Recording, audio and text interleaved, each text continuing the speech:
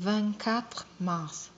Deutéronome, chapitre 2, verset 1 à chapitre 3, verset 29.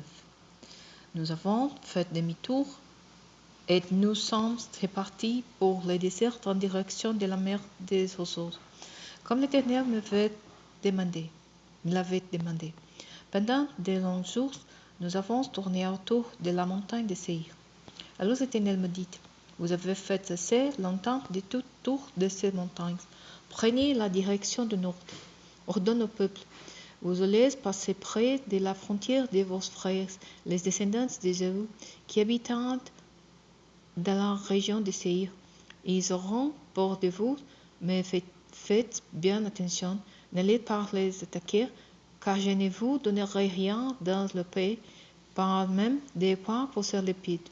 En effet, j'ai donné la région montagneuse de Séir en possession à Ésaü. Vous achèterez tout ce que vous mangerez, et vous le boirez, même l'eau que vous boirez. Que l'Éternel votre Dieu vous bénisse dans toutes vos entreprises. Il a veillé sur vous pendant votre marche à travers ces vastes déserts. Voilà 40 années que l'Éternel votre Dieu est avec vous, et vous n'avez manqué de rien. Nous avons donc passé plus loin, laissant de côté nos frères, les descendants d'Ésaü, qui habitent la région de Séir, et nous avons pris la route de la vallée de Laf et d'Itzon Geber. Puis, changeant de direction, nous avons pris la route du désert de Moab. Alors l'Éternel m'a averti: ne traitez pas Moab un ennemi et n'engagez pas de combat contre lui, car je ne vous donnerai rien dans son pays. En effet, j'ai donné l'épée d'Ar en possession aux descendants de Lot. Autrefois, les Hémènes y habitant, c'était un grand peuple, nombreux et déroutés, comme les Anakiens. Ils possédaient aussi, de même que les Anakiens, pour les Réphaïm, et les Moabites les appelant de même. Auparavant, le pays de Séir était habité par les Orients, mais les descendants d'Ésaü les ont chassés. Ils les ont exterminés et se sont établis à leur place, comme Israël a fait pour les pays que l'Éternel lui a donnés en possession. Maintenant, dit l'Éternel en Hud, traversez les torrents du Zéred. Nous avons donc traversé les torrents du Zéred entre notre départ de Kadesh-Barnéa et notre traversée du torrent du Zéred. Il s'est écoulé 38 ans, les temps qui disparaissent l'ensemble des hommes en âge de combattre, comme l'Éternel leur avait juré. La main de l'Éternel vint même les atteindre à l'intérieur des camps jusqu'à leur complète disparition. Lorsque la mort a fait disparaître du milieu du peuple tous les hommes en âge de porter les armes jusqu'à dernier, l'Éternel me dit: ajoute, tu franchiras la frontière de Moab et tu traverseras les pays d'Or. Tu te trouveras en face des Ammonites. Ne les attaque pas et ne les provoque pas, car je ne te donne aucun territoire dans le pays des Ammonites. En effet, c'est aux descendants de Lot que je l'ai donné en possession.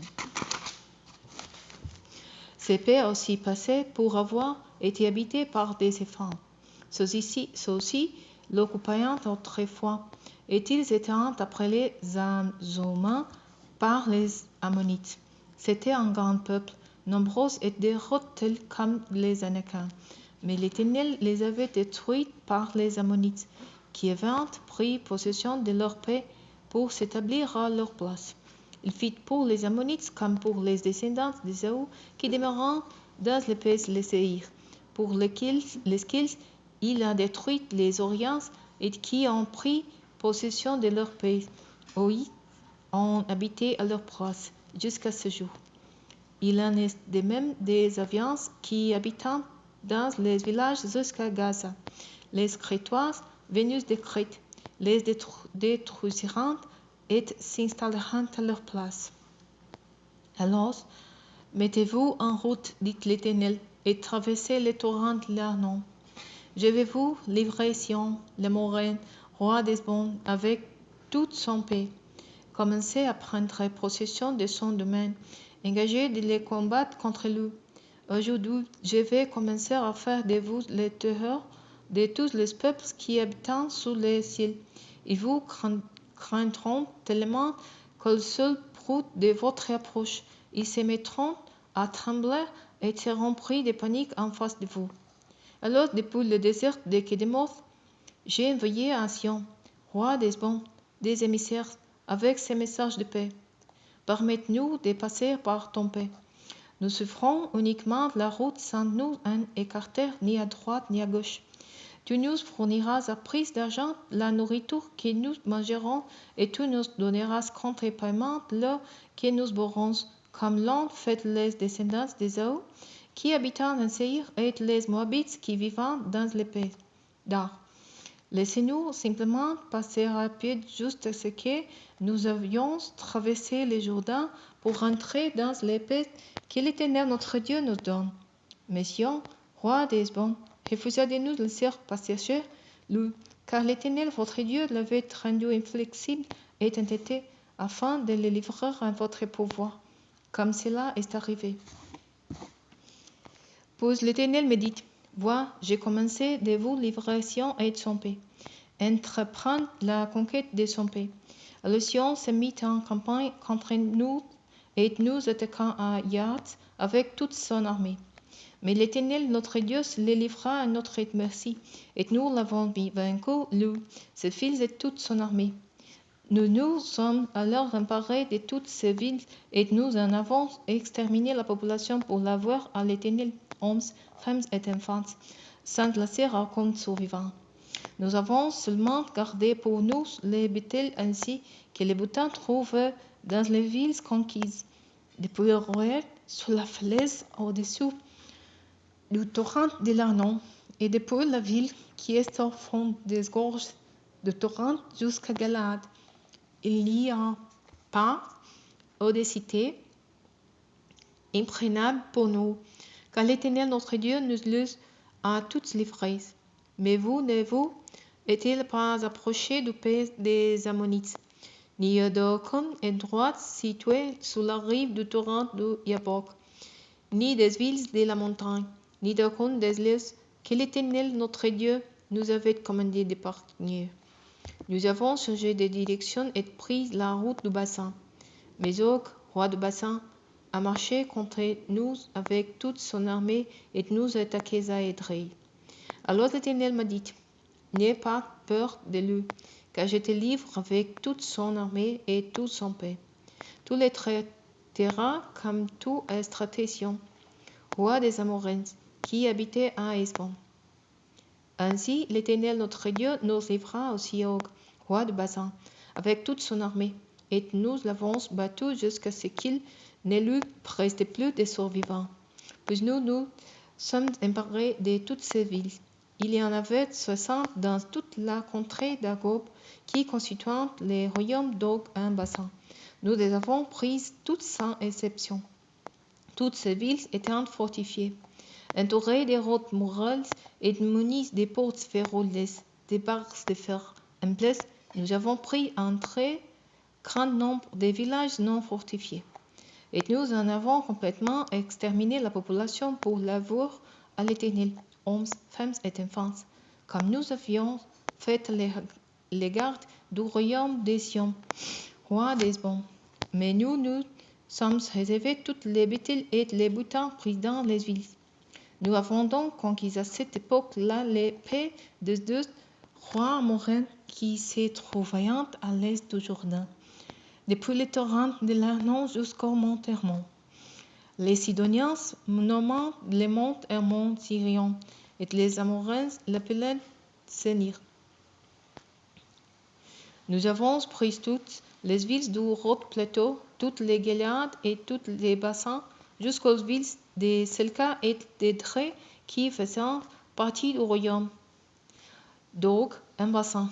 Og, roi de Bassan, était le seul survivant des femmes, son lit, un lit en fer qui se trouve toujours dans la ville ammonite de Rabat, faisait plus de 4 mètres de long et près de 12 mètres de large. Nous avons conquis un certain plateau épais.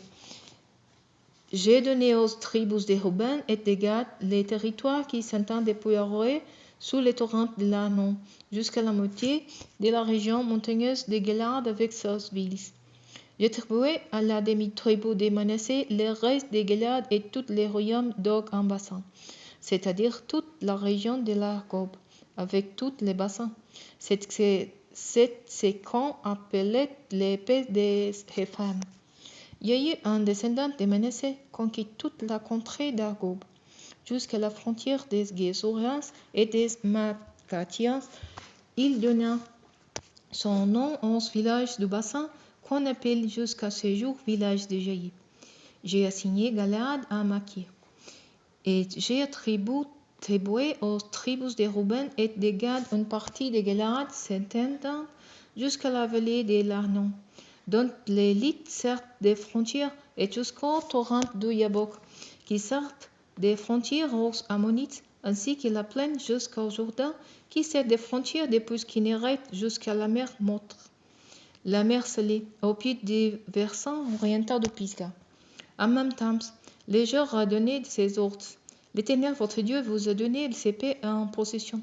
Mais tous ceux d'entre vous qui sont aptes à porter les armes, vous marcherez en tête de vos frères israélites en tenue de combat. Vos femmes seulement, vos enfants et votre nombreuse nourriture resteront dans les villes que je vous ai données, jusqu'à ce que l'Éternel ait accordé une existence paisible à vos frères comme à vous, et qu'ils aient pris possession, eux aussi, du pays que l'Éternel votre Dieu leur donne, et de l'autre côté du Jourdain. Puis-vous retourner chacun dans les territoires que je vous ai donnés. J'ai demandé alors une faveur à l'Éternel. Seigneur Éternel, lui dis-je, tu as commencé à montrer à ton serviteur ta grandeur et ta puissance. Et que Dieu, dans les cieux et sur la terre, pourrait accomplir de telles œuvres, et avec autant de puissance, promets-moi, je te prie, de traverser le Jourdain pour voir ce bon pays qui se trouve de l'autre côté, cette belle contrée montagneuse et le Liban. Mais l'Éternel s'était mis en colère contre moi à cause de vous, et il ne voulut pas me l'accorder. Assez me dit-il, ne me parlez plus de cette affaire. Monte au sommet du Pisgah et promène tes regards vers l'ouest, le nord, le sud et l'est, et contemple les pays de tes yeux. Mais tu ne passeras pas le Jourdain. Donne tes ordres à Josué, encourage-les et affermis-les, car c'est lui qui conduira ce peuple et qui les mettra en possession du pays que tu vas contempler. Nous sommes donc restés dans la vallée à vis de Beth-Péor.